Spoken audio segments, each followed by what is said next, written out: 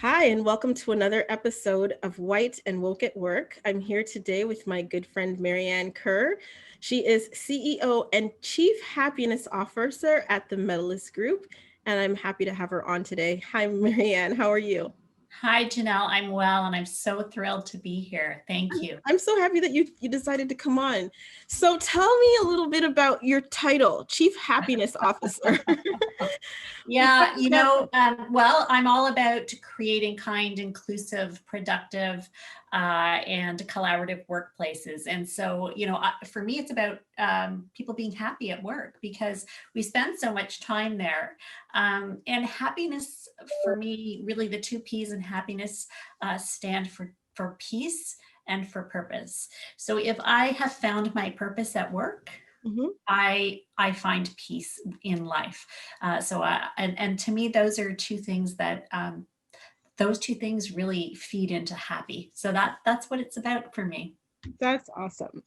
So Maryann, as Yeah. you know, this series, it's got a lot of attention on it because of Mhm. its lens, and the scrutiny that white people are allowing themselves to undergo, um, precisely around this movement for social justice and change, and just waking up to issues of marginalization and discrimination and harassment, particularly for the Black community at this time. So tell me a little bit about yourself, and I guess at what moment or where in your journey have you decided that, you know what, I've got to do more? Where did the light bulb kind of turn on for you? Yeah. Well, I think for many people, I'll start with where the light bulb really turned on. It was like for many with the murder of George Floyd. But I mean, I would have called myself um, anti-racist since my early 20s. I'm almost 60. And it's been a lifelong journey, but I don't think I really was, I think I was owning that and I didn't really deserve it. How's that? So I came to understand a little bit about racism through feminism. Mhm. There was this amazing place in Toronto called the Toronto Women's Bookstore, Yes. and it was a safe haven for me. I am very much an introvert, so um, I loved going there, and I was referred books by Alice Walker and Zora Neale Thurston and Maya Angelou, and I read all of this, and Toni Morrison. I read a lot of Black women authors. I learned about it through Ms. Magazine, which was like my gift to myself, right, as a young, not woman with not a ton of money. Yeah. That was a big deal. But I wasn't really doing anything about it. I was just thinking about it, reading about it. I wasn't really acting on it, and I think that's what's changed. Okay, so wait a minute. Why were you reading all of these brilliant, bright authors? I Yeah, mean, were you just exposed to it through the bookstore, or yeah. like what made you so open to reading Black authors? Because I don't think that that's something common. Yeah. Well, I think that there were, I think the women running the bookstore had a lot to do with, I would ask, what should I be reading? Give me something to read. Tell me what's coming, what's happening. And, this would have been in the early 80s. Mhm. Um, and so I think they guided my way a little bit. And because they were women. And it didn't occur to me. I mean, I would say back then, it never occurred to me whether they were Black or they were white, right? Which again, I'm 20 years old. I thought there was this thing, right? Why would I think about somebody being Black or white? I know now, I understand now, Yeah. right? But then I didn't. And I didn't realize I was really reading Black women authors. I thought I was reading women authors. So Right. I kind of lucked into it in a way, Mhm. right? I lucked into these incredible women, these incredible stories. And for me, it was about social justice and about feminism. It was about equity in a big picture way, right? Mhm. Wanting to make the world better, to mend the world, so to speak. Make it better for women. So where For women, for yeah, women. absolutely. So where did it, I guess, occur to you that, hey, wait a minute, things are not quite so fair and equal for Black and Brown people as well? I think when I started to really become more aware of the economics of feminism, right? And say, we would walk around, and I'm not going to try and talk percentages because I'm terrible at remembering them, but, we would talk about, what white women earned versus men. And then somebody would put up their hand and say, yeah, but what about Black women? What about Indigenous women? What about women with disabilities, right? So this concept of intersectionality, which I think really came from a race perspective, but has been co-opted to mean everything, right? Yeah. So that's where it still came through the feminist movement, but through an economics lens, perhaps. And is this like right? your like university heydays? Like, Oh no, I was much older. Oh no, I wish. No, I was much older. I would say maybe 15 years ago. okay, so That's the first time. fairly, That's not very long ago, right? But that's the first time anybody had ever told me, oh, maybe you should give some thought to not just these kind of to digging down into data, right? Stop just saying women. right. Look at this a little more critically, analyze it a little more deeply. So let's go back a little further then. Tell me a little bit Okay. more about, the Maryann before the awakening to feminism and to social justice. Like, what was your life like growing up, your family life, your Hmm. teenage years, and then take me through to like university and all of that. Wow. You're a glutton for punishment. I want to hear it all. Well, I was born in the UK. I came here just before my first birthday. Mhm. My parents, my father was in and out of work. When I was born, we lived in a council house in the UK, which is our version of the UK's version of public housing. Mhm. So the concept of, and my parents split up when I was 8. My dad was married and divorced 3 times. My Mhm. mother was married 3 times. There was a lot of tumultuousness in my childhood and in my teen years. I went to 13 different schools by the time I graduated Wow. high school. And you weren't And a there was military brat. no, I was not. Wow. My dad was very much a person who was about, both of my parents actually were very much about justice, Mhm. right? And so my dad couldn't stand to see things not being done well in the workplace. And I really think I inherited that from him in a lot of ways. So people didn't put up with that. If you were in any way a troublemaker, you were out unless you had the protection of a union, right? And Right. my father was always in management roles. So he didn't make a good manager. So I think that. And then university was not an option. We couldn't afford to send me to university. I took on some student loans and went to community college for a couple of years. In my second year, I was president of the student association, and I was organizing marches and pub nights. And I said, school, it doesn't matter. Marches And around what? that's What are you marching for? oh, we're marching for things like tuition fees being too high. We're Mm, marching about accessibility for international students who to this day, pay an exorbitant amount of money to go to university in Canada. right. We're marching about access And are because, you in and Canada or are you in the UK at this oh, point? in Canada, yeah, in Toronto, right? Mm-hmm. Down at Queen's Park.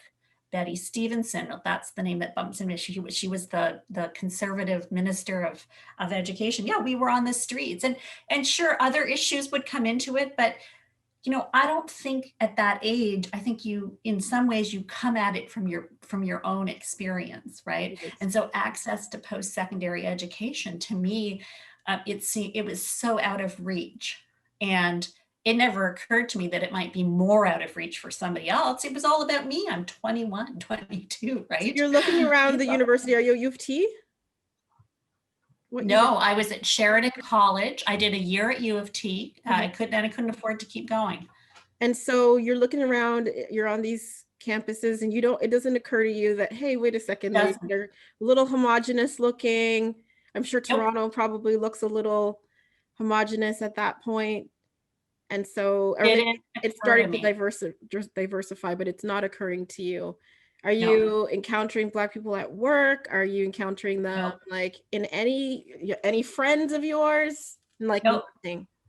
The occasional restaurant. I knew one young woman in college who was Indigenous, Yeah. and it again, like, but again, it never occurred to me. I don't know if it's because at that age, although that's not fair, because I see young people today who are so much more engaged in the world, so much more open-minded, looking around them, right? And I didn't. I mean, I didn't. And that's just who I was. It just never occurred to me. And I feel, even in spite of the awakening through books, it still didn't. It's still like, I mean, hello, you're So are you reading watching TV at all? Are you The see? Color Purple. Remember The Yeah. Color Purple, that Yeah. incredible movie? Yeah. Yes, yes. So intellectually, yes, I think I gradually began to understand, but only intellectually, not beyond that. No conversations with your family around race or Never, racism, what's never. happening in society, never. And your parents are just good-natured, well-meaning, like non-racist folks. Never had the conversation. Never. I Interesting. mean, I would say, as a young person, I don't ever remember things like racist jokes or anything like that around the table at our Yeah. house. Yeah. But neither do I remember us having conversations about anything to do with race. Interesting. Never, So it's never. like, I know. Like all what? those racialized people, they just don't exist in your world growing up. That's very, and No, no family members are talking about it. It's no. just a lily white. A lily white. I think the closest thing would have been, we had Jewish friends and Jewish neighbors. They were still white, Yes. right? So, we learned about anti-Semitism. We learned about the Holocaust and so on. Right. I even, I think about things like not having learned anything about Indigenous culture Mhm. until I actually, my biggest awakening around Indigenous culture happened after the reading the Truth and Reconciliation recommendations here. Oh my gosh. I know. And then doing the blanket exercise and learning. Because I used to love, you would have looked around, I used to love all things that had the Hudson Bay stripes on it, like the Yes. blanket, Yeah. until I did that exercise. And then I purged it. I got rid of it. I had You're nothing in like, my house anymore. enough of this Hudson's Bay. Right? Yeah. I think it's so easy to stick our heads in the sand. And I want to say I feel shameful. I feel ashamed in some ways about it, Yeah. because I think there's a part of me that was, patting myself on the back all these years about being a, sort of social justice warrior. Hello. You thought you were a social justice warrior, but Oh, sure. with no interactions with racialized people. So you're a warrior because you're an advocate and you're on the picket lines for people's rights. Yeah. So you're justice minded for sure. Yeah. No, Janelle, I'm telling you, and it is the reason why in writing. So as you and I, as you know, I'm writing a book, Yes. right, about the issue of turnover in the social profit sector, and I am trying to gather around me in a kind of steering committee, racialized women and men, younger men and women who are in the sector, people who bring a perspective that I know I have huge blind spots, huge. I know it. And I'm working really hard to get rid of them. I'm raging against myself in many ways. Well, that's good to know, because I'm sure people are going to wonder, why did you bring this woman on an Yes. episode of White and Woke? Is she Yeah. even woke? Right? They're going to ask No. that, right? Yeah. No, she's not woke. And I love that you said that, because I am on a journey towards it. I am not woke. I am on a journey of awakening. Right. And I'm really trying. So I look at it and I go, okay, so how can I elevate Black voices? I want to elevate Black voices. Right. Elevate. At that point in time, I was so voices, only women, right? And they would have been mostly white women, right? Mhm. In spite of my reading. Yeah. I never took it from the pages of the book, or even watching a film like The Color Purple, I never took it from that into anything else. It just resided here. I mean, you heard me when we first talked about this, having this conversation. Mm-hmm. I feel like I have so much work to do, but I keep putting it out there because I think if this is where I'm at, having been exposed to what I think of as social justice for so many years, Mm-hmm. where are others, right? How can I help to bring others along? How can I, with a great sense of humility, right, Yes. learn and unlearn the life that I've lived. So what are you doing right now to kind of learn and unlearn? And then tell me a little bit about how you're bringing people along. Yeah. So, I mean, obviously, I like to read. So still doing that, still doing that, and on doing things like on LinkedIn, I'm asking people to help me make my LinkedIn network more Black. I mean, when you say to me, did I have Black friends? I did not have Black friends, right? So I am connecting with people who are opening my mind. I am sharing stuff on LinkedIn that I go, this is big, this is courageous, this is going to lose me people, and the people that I lose, I'm okay with losing because these things need to be said. So that Yes. I'm looking at things like conferences through an equity lens. So if I look at a conference in the sector that I work, the social profit sector, which is primarily women, Mm-hmm. and there's no women, and there's no people of color, and it's just a bunch of white guys again, I won't go and I won't promote, right? And people ask me to. People say, "Well, would you share this?" And I go, "I take a good long look at it before I share it." Right. So those kinds of tangible things, right? Wanting to have an advisory group around me who are helping to hold, and actually here I was going to say hold my feet to the fire, but I have a feeling that's a really bad, that probably came from a bad place. I don't know, but it probably did. Yeah. Yeah, so those kinds of really, those kinds of things every day. I try to look at things through an equity lens. And then when I realize I didn't, because so easy to fall back into not doing it. So easy, especially when you've been doing it for so long. You've had blinders on for so long, Yes. right? It's easy to fall back into not doing it. And then I go, yeah, look what I just did. I just did it again. And I call myself out. That's Because good. You're I, holding I yourself accountable. I'm holding myself accountable. That's And, awesome, Maryann. and I will not say it's hard.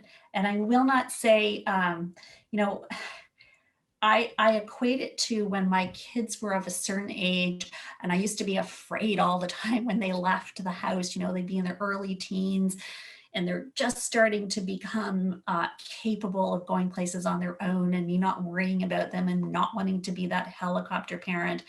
And I think uh, that is nothing compared to what it is like to be the mother of a Black child and worry every time they walk out the front door. And right? Yeah, yeah, you're absolutely right. I have a Yeah, 7-year-old and I do it. I every day I drop him off and I absolutely worry. yeah, Yeah. And I'm gonna ask you, Maryann, what's your why? Like, like you said, it's very easy to go back to what feels easy to do, which is yeah. nothing. But why are you holding yourself accountable? And what's your reason, I guess, for, doing the work, reading the books, and, calling out those conferences and being vocal on LinkedIn and, writing this book that you're writing? Tell me, what's in it for you? Huh. Well, because I believe it's not about me, so it's not about what's in it for me specifically. It's Mhm. what's in it for um, society, for the world, right? I mean, my career has really been dedicated to making the world a better place. I sound like, I should be on a pageant runway, but that is what it's been about. And I want to come back out of this time better. I want the world better. I want organizations better. I want to be better. I want to do better, right? And I've always felt that way about many things, And I'm grateful, I am grateful to George Floyd for what he gave me and what he gave the world in losing his life. Yeah. I am grateful to him. I mean, what I am every day, I'm grateful Because to it him. wasn't until George Floyd that this like kind of lit a fire under you. Like, were you just kind of Yeah. status quo until that moment? No, I think that I looked at it, I think I considered it. I think I cared about it. I just don't think I acted on it. I didn't do something every day. I didn't think about it every day, Mm-hmm. right? I knew. I mean, when there was talk about defunding police and so on, I got it right away, Right. right? It didn't. There was no big. It wasn't difficult for me to understand when people were saying, "Oh, protesters shouldn't be angry. They shouldn't be, doing all of these things." I'm like, yes, they should. And there's no, oh, yes. Why not? Why can't they be angry? I'm angry, Right. right? There's good reason to be angry. Don't say don't be angry. Right. So some of it kind of felt like all of where I'd been over the years made it make sense instantly. So Right. I didn't feel any kind of great debate around what was happening. But I felt the fire to do more, do better, be better. So when did you, I guess, recognize, that you, Maryann, have been a person with privilege and Mm. that it mattered, right, to your achievement and your social standing and the way you interact with the world and your family? When did you recognize that? Is it only at this time, or did it happen Mhm. previously? I think that I recognized some of my privilege, Mhm. right? I recognized some of it. I don't know. I don't think I understood my white privilege. Right. So I understood some of it, but Yeah. I don't think I understood the white privilege piece to it until recently. You know, I'm going to say, I would say maybe early 2019, Oh, honestly, yeah. because I had a personal experience in my life where someone said to me, part of the reason you're having the problem that you're having is due to your unconscious bias. Hmm. Some of the difficulty that you're facing is because of that. And I really had to explore that deeply. I don't actually think in this instance that's what it was, but it was a journey to go, yeah, you know what, that's quite possibly true. That I can understand why you think that. I Right. can see that I have said and done things that would say that I have no recognition of my white privilege, right? That if I come to you and yeah, so yeah, then it took me a long time. So privilege, yes, but the white piece only in the last couple of years. Very interesting. And so now that, I mean, now that Yeah. what does that feel like or look like in terms of your interactions with the world? It means that whenever I have an opportunity to not put myself forward, but to put forward a woman of color, I'm going to do that. That's the number one way. So if I can take a back seat, if I can convene opportunities, um, if I can find a way for it not to be about me, but to use, after 30 plus years doing something, I have a network, I have some connections to use those to elevate others who don't look like me.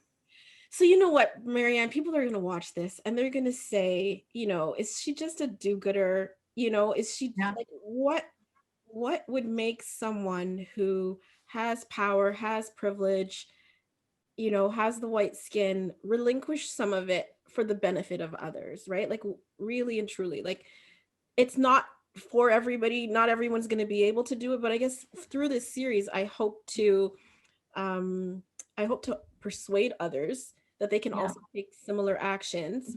But if they can't relate to those actions or they don't understand how it's relatable for their own lives, then they're not going to do it, right? If they just think, oh, that Maryann, she's just unique, she's just a do-gooder, I can't do those Mhm. things, it's not going to be replicated. So I guess Yeah. how can this be replicated, right? And why would others do similar things? Like, why would white people just, let's just take a back seat, let's let somebody Black take the lead, or somebody of color take the lead? Like, what's in it really for them to do these things as well? I think that the problem with that perspective is that, sure, you can look at me as a do-gooder. I have tried to do good, and lots of people try to do good. I don't think you are going to change the minds of lots of people. And I think that's why when you look at, I hate to bring it up, but when you look at what's happening, and what happened with the US election, to me, and I have not looked at the breakdown. I know more white women once again voted for Donald Trump, right? A racist, sexist individual, and among other things. And they did that because they aren't willing to give anything up. And in fact, they're afraid, right? They're afraid for themselves, they're afraid for their families. And we've developed this kind of protectionism as a family unit for so long, right? So it's really hard to give up. But I think every day you have to look at yourself in the mirror and go, do I like the person who's looking back at me? Mm-hmm. Do I think that I have made a difference? I think leadership in a large part is about legacy. What will people say? Let's hope it's a long time from now, but what will people say who knew me about how I existed in the world? I didn't exist to make sure I had a great big house and gorgeous cars in the driveway and a vacation property. It's not what matters to me. It's not what drives me. It's not my purpose. But I am no Susie Sunshine. I am not. I am not painting that picture. What I'm saying is that I feel good about myself because I do care. I care about what world our kids are going to have, what world they're going to live in, what the workplace is going to look like for them. That's why. So talk to me about the workplace then. At the Medalist Group, right? Where you, I mean, how many employees do you have, and what do they look like? And I had one employee, and you're looking at her. So what I do is I reach out to other consultants. So we do our work together.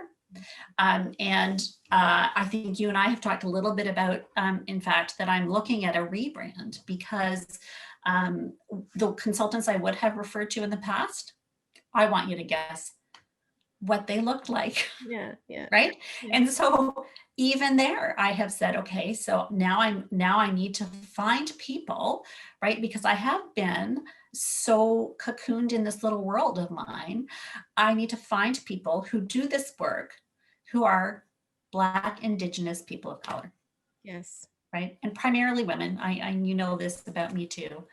I love women. I love working with women. I know you do. So what's next on the horizon for you? You're working on your book. It's again about the turnover in the social profit sector. Let's chat Yeah. a little bit about that, because we do know there's a lot of problems in the workplace and a lot of turnover as a result of those issues. Some of it Yeah. voluntary turnover, a lot Yeah. of it, a lot more of it involuntary turnover. So tell me Right. about that, and then tell me a little bit about your book. Yeah. Well, I mean, the turnover rates are hard to find. I had worked primarily as a fundraiser, and the anecdotal data and some data by professional groups say that the turnover in not-for-profit fundraisers is 18 to 24 months. So if you know this kind of work, it can take 18 to 24 months for it to really get traction, Mhm. right? So if fundraisers are leaving before they've even really got traction, the impact on them as individuals, on the organization, on the mission, and on the donors is tremendous. And of course, there's the cost. Right. So the book is talking about ways that we can create workplaces where it comes from the heart. We're caring about people as human beings. We're putting the human first first in the whole human resources element. We're talking about culture and how to build it and maintain it and co-create it.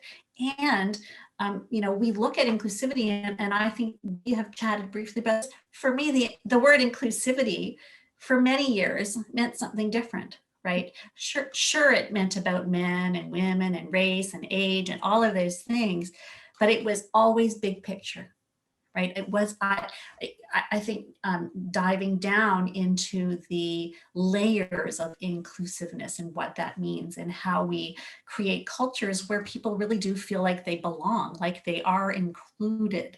And it's not just about creating, diverse boards and diverse staffs, right? It's about creating places of belonging. So that's what I'm hoping people will read about. And so what do you find, I guess, through your research is like the biggest issue or the biggest reason that there's so much turnover in the social profit sector? I think that there is a lack of leadership training. Mhm. I think that there's a lack of a understanding about what makes a healthy organization. I think people don't pay attention to it. And I think boards have a huge role to play in the current way that organizations are set up with boards. Boards need to be paying attention to the culture. They need to be paying attention to what's going on inside the organization. And if there is a revolving door, it needs to go ding, ding, ding, ding. Why is this happening? What don't we know that we should know? Yes. So, yeah. I'm looking forward to reading your book. I'm looking forward to working with you on a chapter. Co-authoring a chapter. Chapter, um, just to, hopefully contribute in some positive way to some of the changes that we both hope to make in society, because I do think there's a kinship and an affinity between us when it comes to our heart and our desire to make improvements, to make people's lives better. So Mhm. I'm pleased to know you and to watch you on your journey. I hope you do continue to Oh, I will. continue to do what you're doing, because you're doing amazing work, and it's Thank really you. inspiring, and I think it's instructive. I think a lot of people are watching and they're noticing and they're saying, my friend Maryann, she's a different person now, and you know what, you're going to motivate people to do the same thing, to realize that, hey, listen, I don't have to be a wallflower. I don't have to put my head in the sand and pretend that things are okay in society, because they aren't. And the workplace is certainly one of those places where a lot of people can, like you said, do something different, Yeah. to engage with a whole new cohort of coworkers and allies and partners and contractors, and just to Yeah. kind of change what's been happening. So I Yeah. appreciate you so much, and I appreciate you for coming on. And if people need to reach you, Maryann, how can they get in touch with you? LinkedIn's the easiest. Maryann Kerr on LinkedIn. Maryann Kerr. And I'm Janelle Benjamin, CEO of All Things Equitable. And you can reach me on LinkedIn at Janelle Benjamin, or on Twitter at JB_Equitable. And I look forward to recording another episode. And don't forget to click subscribe, like, and share this video. Thank you, Maryann, so much for coming on. Grateful for the opportunity. Bye-bye. Bye.